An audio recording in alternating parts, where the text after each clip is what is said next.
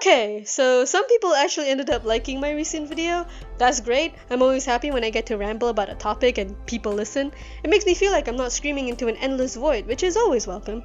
I really like talking about Arknights, so I'm definitely going to be doing this again. But that's enough being emotionally genuine. Let's go back to talking about the funny furry gacha game.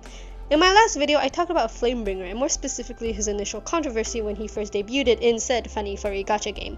And during it, I talked about a specific ship that was a factor into why he got so popular, and that is Flamex, which is Flamebringer X Executor. And I also mentioned that I would like to make a video talking about that pairing and why it got so popular to begin with. Now you're most likely hearing that and going, Autumn, what the hell does this have to do with anything?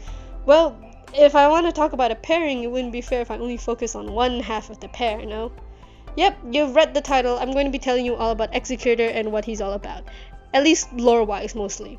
I'll still touch on his mechanics briefly, but I won't be focusing on them too much, as 1, there's already a lot of videos showcasing his abilities, 2, his mechanics aren't all that complicated to begin with, and 3, that's not what I'm trying to do with this video, really. No, instead I'm going to be talking about Executor's character, his presence in the story that's set in the world of Arknights, specifically in Laterano, and what he represents in the overall story. I'm also going to be trying to make this video as accessible to as many people as possible, which includes non-Arknights players, so I'll be explaining as many things as I can, whenever I can. Some people seem to really appreciate that in my Flamebringer video, so don't worry, my friend, I will be providing the context to anything that's relevant. Also, yes, I will be touching on Executor's altar a little bit since it did get announced, but as of writing this, Hortus de Escapismo has yet to be released for global. But not to fret, I do think about making a video talking about the story in the event when it does come as a quick addendum or something like that. I would prefer to have everything in one video, but hey, it gives me more to talk about and more for you guys to listen to, which is more content. Yippee! Any info I can gather about Executor's altar will be deeply dependent on the fan translation on the Arknights fandom wiki. Yes, I know we all have grievances with the fandom wiki, especially with all the ads, but the alternative is waiting for like a few months, which is like my normal video output, but come on now, I like to finish some of these video ideas before I die. Executor is one of my most favorite characters, so it's going to be very exciting for me personally to talk about him. When his altar was first announced, a lot of people seemed really confused and wondered why a character like him would get an altar to begin with. It seems like this community keeps forgetting that any character that can have a continuing storyline can get an altar, but also how dare you. So consider this video as a way to get to know him a little bit before getting into Hortus de Escapismo. So without further ado, hello my foresty friends, my name is Autumn, or Autumn S Eclipse if you want to be fancy about it, and this is what you need to know about Executor. Let's talk about Executor's mechanics first, as I promise. I'm gonna keep this as succinct as possible, don't worry, there's not much to explain anyways. Executor is a Sancta 5-star sniper operator, specifically a spread shooter sniper, or a boomstick sniper. Why is that its name? His whole deal is that he deals true AoE damage as a sniper, with the downside being that his range is fucking nothing. His whole niche is that he ignores the defense stats of enemies, which is like, he's really only good for dealing with waves of trash mobs, which isn't a particularly hard role to fill in Arknights. He only ignores a set number of defense too, which is not that useful, unfortunately. He was praised in the beginning, probably because Tectone praised him, but later on he was kind of tossed to the side meta-wise. And that's it, yeah, Executor's not really an important character meta-wise. Not many players were interested in his mechanics, and it's easy to see why.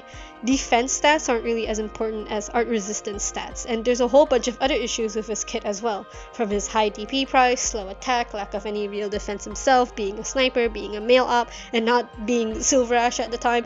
He's a solid C to B tier operator to use if you're going to use that ranking system.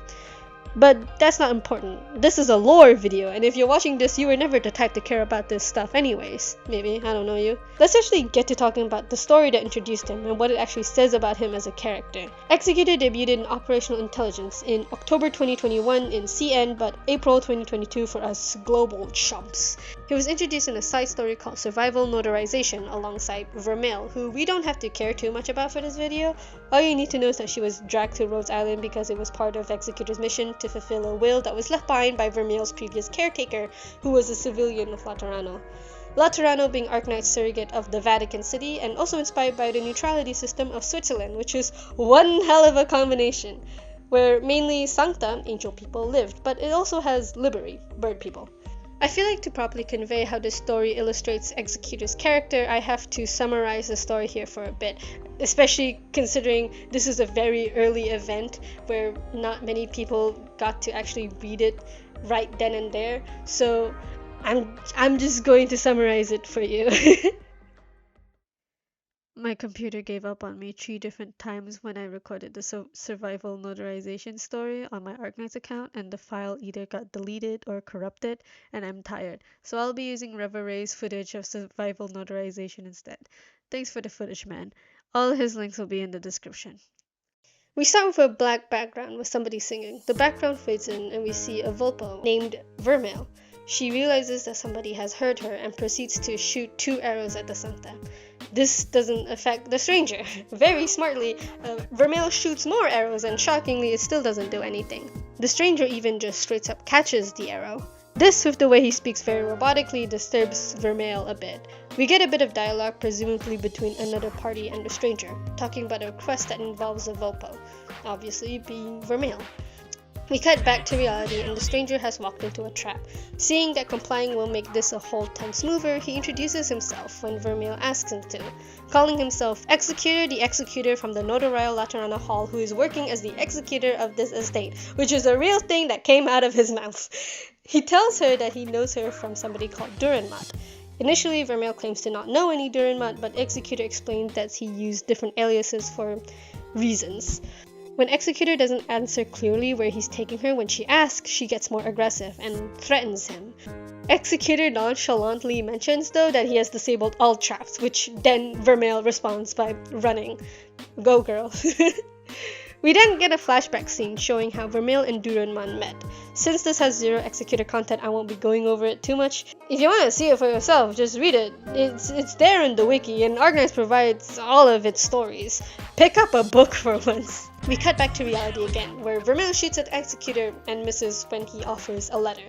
She gets even more aggressive and accusatory when she smells Duranmat's blood on it. Very funnily, Executor mentions about demonstrating the difference in power between them to make this whole thing go more smoothly. Obviously, a very fair battle when you look at them. And then he explains how Duranmat died on the operating table from an incurable disease.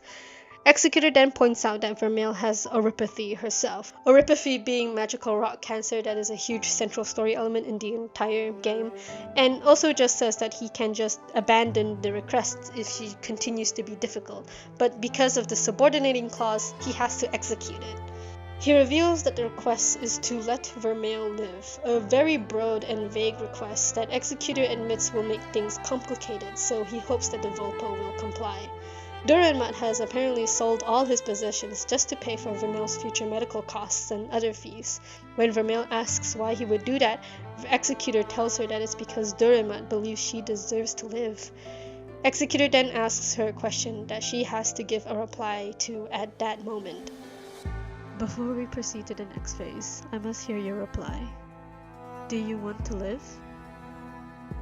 You need only answer yes or no. Our time is limited. Another flashback shows Executor and Duranmat, where Duranmat makes the request. It's revealed that the story of Duranmat dying on the operating table was a lie, and he's actually wanted by the Hall for presumably shooting somebody dead, and he fled for many years. Back to the present, Vermeil is told about Rhodes Island. That's where the player, us, live, yeah! And their ability to alleviate oropathy symptoms and help the infected. Executor then tells her that she should come with him, since he also has some matters to deal with at Rhodes Island, and that it'd be the most logical. Vermeil refuses, but Executor forces her anyway since it's his job and knows that Vermeil is just going to run away again. Vermeil relents somewhat and they start making their way to Rhodes Island as she continues to yell at him, but this time in an endearing way, and the story ends there. Already, this story is so good at introducing Executor. From just this alone, we get to know what kind of person Executor is and what he does. We know that he's an Executor of the Laterano Notarial Hall, a legislative branch of Laterano that deals with the general affairs of Laterano citizens, and we also get to know his personality, which is a bit quirky. He constantly talks in a robotic way, which initially could just be brushed off as him being a bit of a stick in the mud with his job, but with more of the dialogue from his interactions with Vermeil and additionally some other stuff in his character bio we'll get into, it's gonna get obvious that that's just how he is. He speaks very literally with no set dressing at all. Some of his sentences sound like a computer updating a status. His lack of tact is also greatly contrasted with Vermeil's clearly emotional state, which really hones in how dry he is. You even get this from just his codename alone. His real name is Federico Gaiello, but the codename that he chose is Executor. Just Executor. Because that's his job title. This is the equivalent of a police character just writing down their name as police. We also get to see some bits of his inhumane strength, which is something that is sometimes referenced in his character bios. He stops an arrow with his bare hands, and he also just outright talks about showcasing the difference in strength between him and Vermeil just to get her to cooperate, which, to be fair, he's a grown man and she is tiny. I don't think that would be very hard to prove, but you get the point. We see more of this in his character profile, but we'll get into that more in detail later. We also get to see Executor's sense of responsibility as an executor of the Notoriety Hall. The entire reason why he's in Rhodes Island is because his task is to enact the will of this dead guy that took in Vermeil, and for other executor-related reasons. The dead guy asked to help Vermeil lead a better life, and that involves bringing her to Rhodes Island. Here, the player place. Yeah. She doesn't want to go there yet because of tragic backstory reasons, and Executor opts to help her out and go with her to Rhodes Island, with the reasoning being that it'd be the most logical way to complete the mission. It's kind of robotic, and the way that he initially says it sounds a bit cold, but it still has this underlying sense of sweetness and warmness to it, and shows that not only Executor cares about being able to execute his duties no matter what, he's also pretty pragmatic in his own way, whether he realizes it or not. He will do things to help other people as long as it doesn't inconvenience his job in particular. Another endearing interaction he has is with this character named Ambrielle, whom he constantly pesters to pay her taxes. It's mentioned in one of her dialogue lines. It's really cute. It's really cute and also a little bit funny. The reason as to why he's this committed to the bit is unclear as of right now, but that's not really the thing about Executor that's important, especially for a debut. This story was set off to introduce both Executor and Vermeil, and it did it in a good way in my opinion. It was straight to the point and fun, and it feels like the first episode of a B-grade anime that still goes out of its way to be heartwarming and a good weekend watch. It's one of the things that make me really like Arknights' writing. We aren't tied down to just the main story campaign, but a whole ton of other stories in the perspective of other characters that just so happen to be living in the world of Arknights, which is Terra. The ending of the event implies that taking care of Vermeil is something that Executor needs, which... okay. Please take good care of her, Mr. Executor. Really, it could be good for you too. Don't give me that look, you know what I mean. Get her out of that mud hole. Don't let her end up like me. Justice? Maybe what I did was justified, mister, if the Notarial Hall could find in their hearts to forgive me. But it still wouldn't be anything to cheer about. Honestly, it just makes life seem like a big joke. Her, she's my legacy though. My hopes and dreams. May the Lord bless her and keep her. After having seen some Executor material, it's a little bit disappointing to see this emotional ending be ultimately cheapened when Vermeil doesn't really pop up much after the specific event. It's kind of funny, and it's also a bit sad because it feels like such wasted potential to further flesh out an interesting dynamic. But, you know, being slow is also just kind of Arknights' style, so what can you do? It's still a shame though, in my opinion, because Vermeil herself is an interesting character with revenge and moving on being a constant theme in her own personal story. Otherwise, that's it for the Operational Intelligence event. All other side story content focuses on unrelated characters that aren't executors, so I don't care. Move on. Now that we've looked at Executor's debut story, we can start looking through his profile and character trust files properly. His profile is very succinct, as these starting profiles tend to be. It clarifies that he works for the Laterano Notoriety Hall and that he's good with languages and legal frameworks, and that he's been contracted with Rhodes Island to do Laterano job stuff. All general stuff that you would have picked up from the story event, but now it's just laid out there for people that didn't or couldn't read it.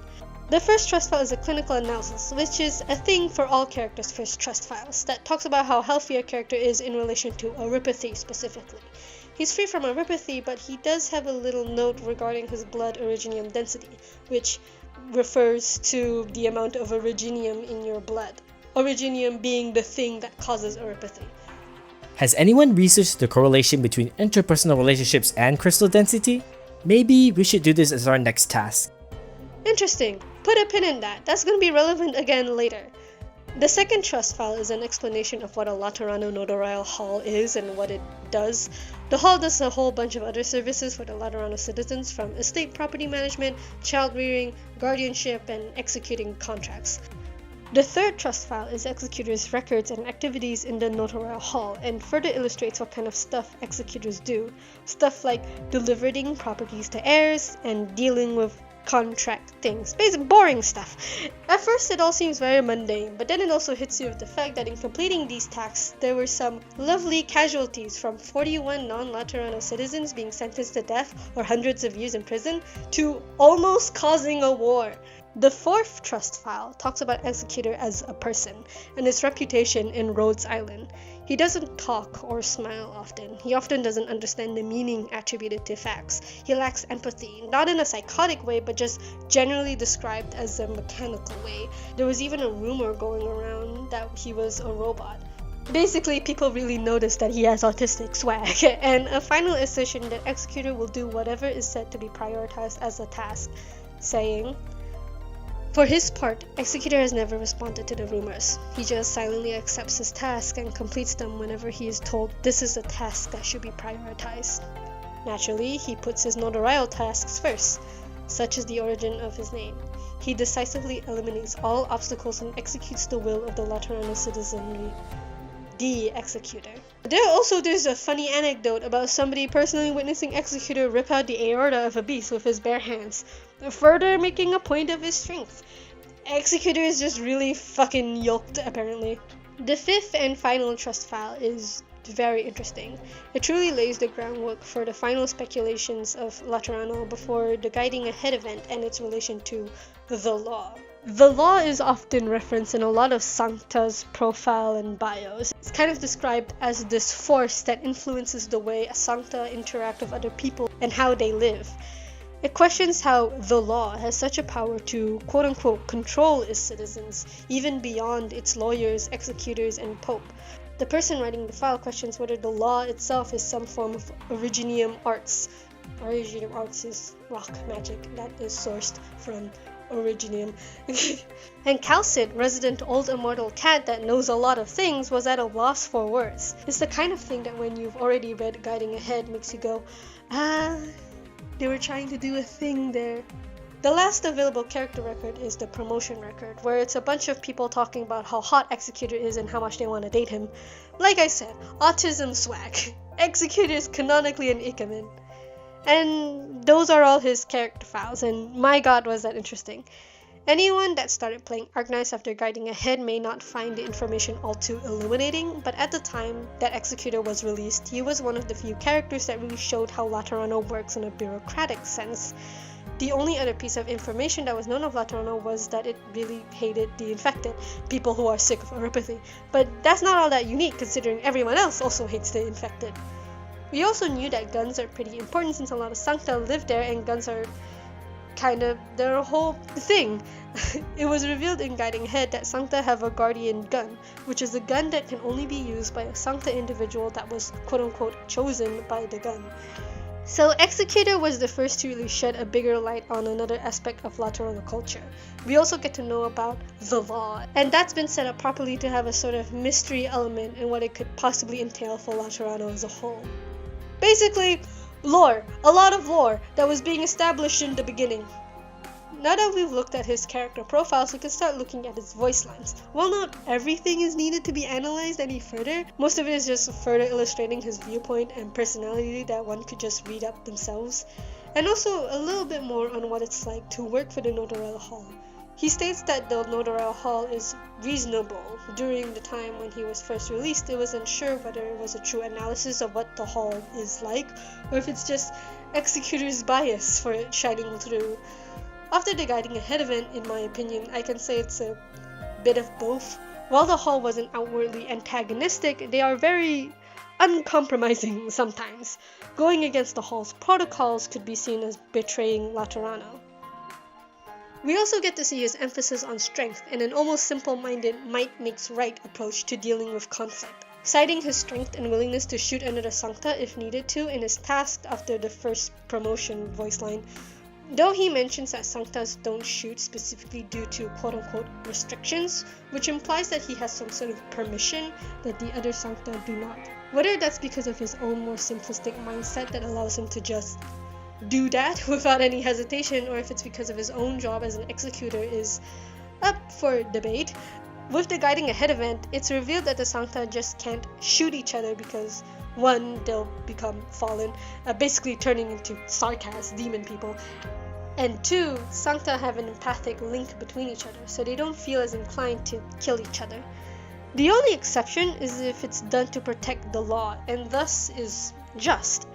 Remembering this has got me thinking that it's, again, a mix of both. He also talks a little bit about his relationships with people in general, and about understanding machines more than people, which is so funny when you know of Laterano's lore from Guiding Ahead. He mentioned that he's pretty used to being treated as an aberration, aka people thinking he's weird as fuck. He says he doesn't really care about it specifically because he doesn't understand people anyways, and it's not like he wants to.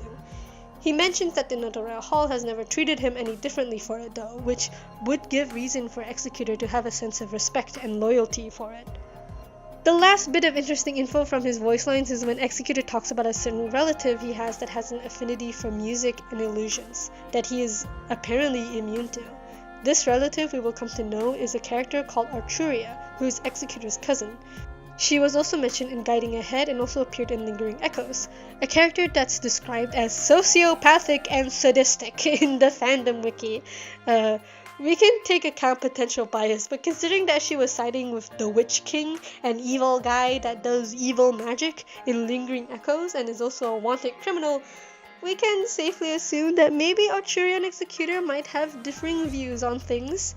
In Guiding Ahead, it's revealed that Executor is trying to find and arrest her. It was actually why he was involved in the first place. He was looking for clues for her whereabouts.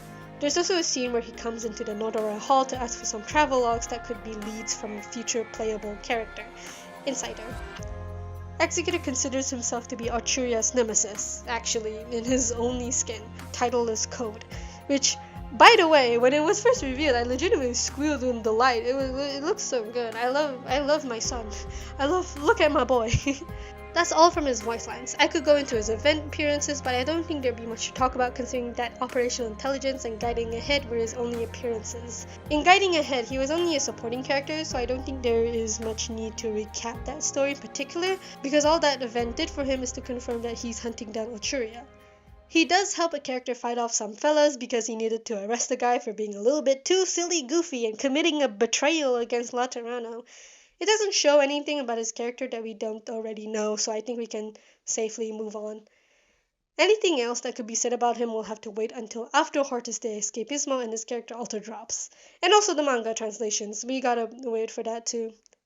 Oh yeah, Hortus de Escapismo. I guess I'll have to talk about his alter, at least the little bits that's been translated by fans. It seems like the event will be mainly focusing on Executor's conflict with Arturia. I haven't gotten too deep into the story of Hortus de Escapismo, mainly because I want to experience it for myself when it does actually drop, but from what I could let myself see, Executor was promoted by the Pope to the title of Saint. What exactly this title means and why he was promoted is unknown for now, but it will probably be revealed in the event. All this to say, Executor becomes a big shot in the next event. To a lot of people, this came off as a big surprise because either one, they weren't too invested in Executor's character to begin with, or two, it just kind of dropped suddenly. Like, we had two events where he was just a bit of a quirky guy, and now suddenly he got a big promotion. Oh yeah, and there's also the Not So Secret 3. People were hoping for Lemoine to be the next 6-star, even though the gun in the Hortus de Escapismo CN livestream trailer was definitely not Lemoine's gun. So, why did Executor have to get an alter? Or I guess the more appropriate question is to why is his alter the way it is? It isn't just him getting older, nor is it just woman in bikini now. He's being promoted to a prestigious title, and his altar art indicates a deeper connection to the overall lore with Laterano. What do I mean by this? Well, that's how we get to...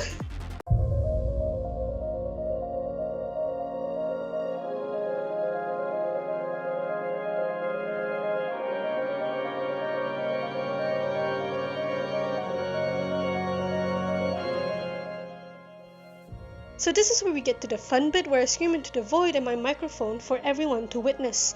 We're going to get into headcanon and theory territory because once again I have not read Hortus de Escapismo and I will not, so I can get extremely disappointed when the writers of Arknights don't completely recreate the images in my head that I make at night while thinking of my son.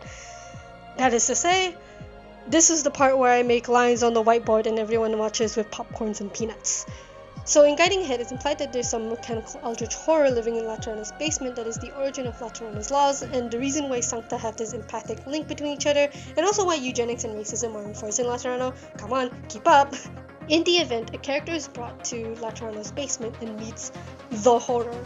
And in this little bit, there are some technical and mechanical sound effects, confirming that the horror is mechanical in some way. Which, by the way, as a bit of a side note, apparently the mechanical sound effects were not properly put in the English translations of Guiding Ahead at first, and was only present in the CN version? Don't quote me on this, but apparently this was the case for a lot of people. Very silly to cut out that essential piece of the Laterano lore puzzle, Arknights. Whatever. There are a lot of theories that it's a mechanical god, or that it's a machine that turned a good chunk of Sarkaz, the previous established demon people, into Sancta, which would be the reason why the two races have an old conflict between each other. Whatever it is, the thing appears to be the foundation of Laterano's existence, secrets, and is also the reason why the Laterano laws exist.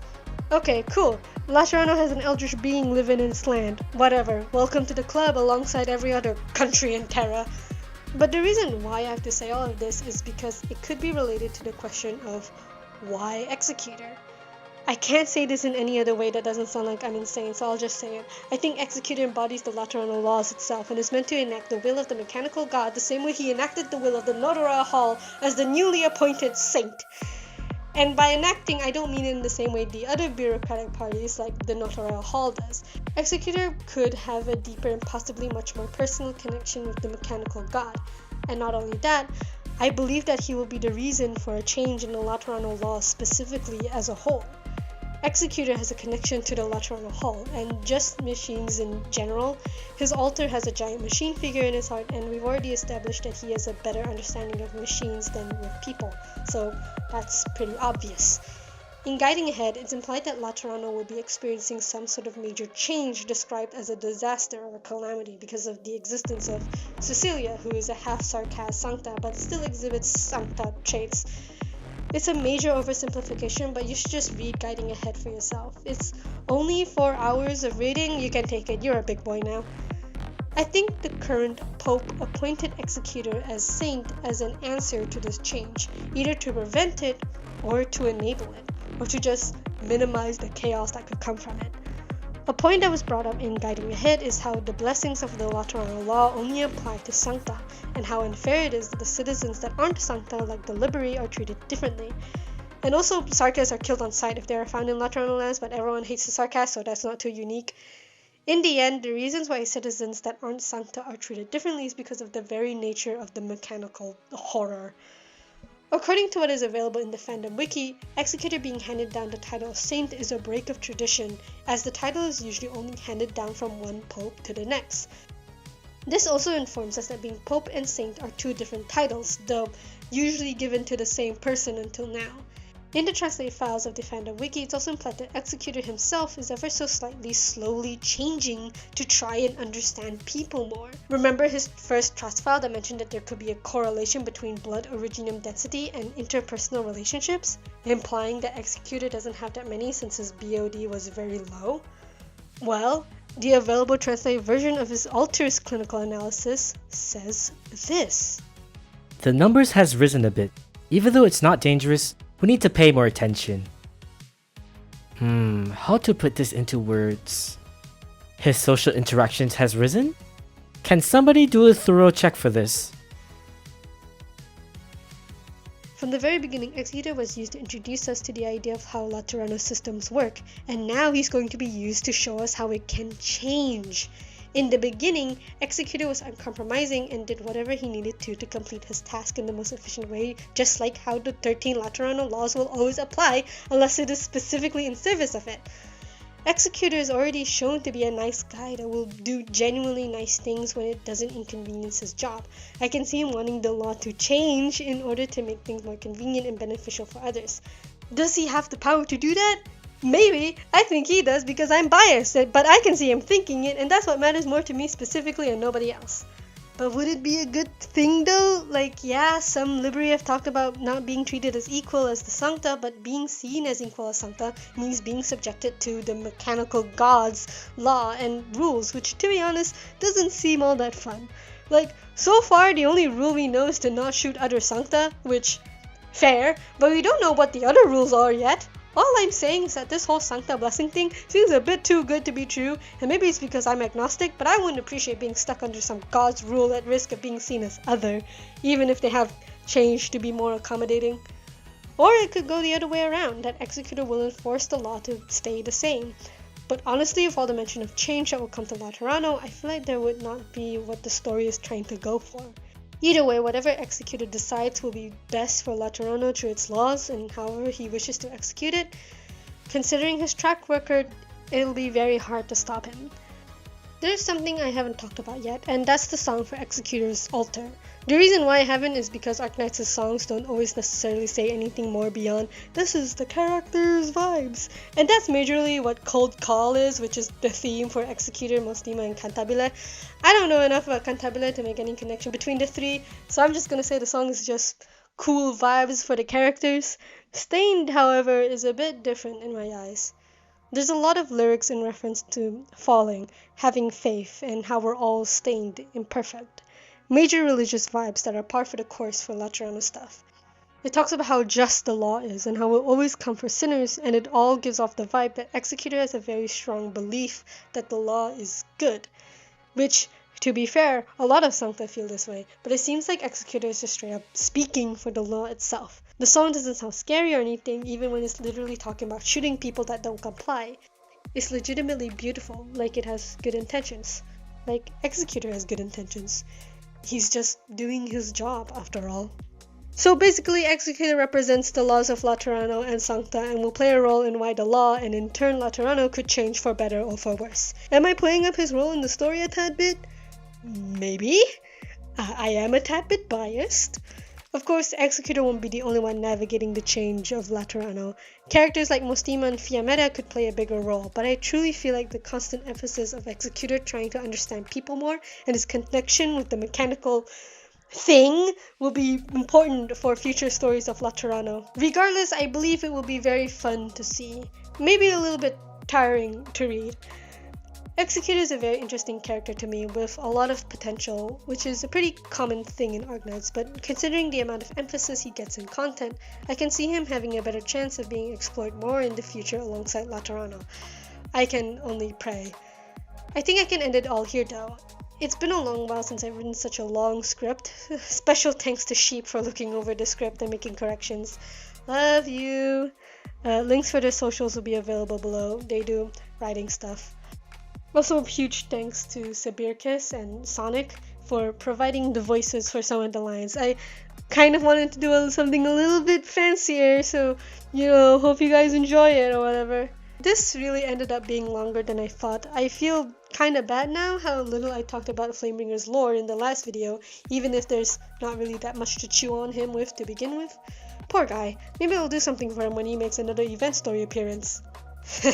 I had fun talking about Executor though and rereading the lore stuff. I hope this was also fun for anyone that's at least mildly interested in Executor's whole deal as a character. If you enjoyed watching, like, subscribe, do all the things YouTubers ask you to do.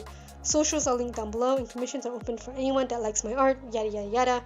The art that you've seen here in the video is also available, but only on my Ko-fi.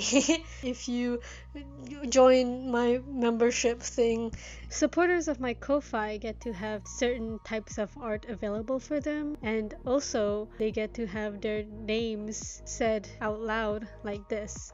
Special thank you to Kaiser and Ilustia. Thank you. Very cool, very poggers. But yeah, that's it from me. Stay safe, my foresty friends.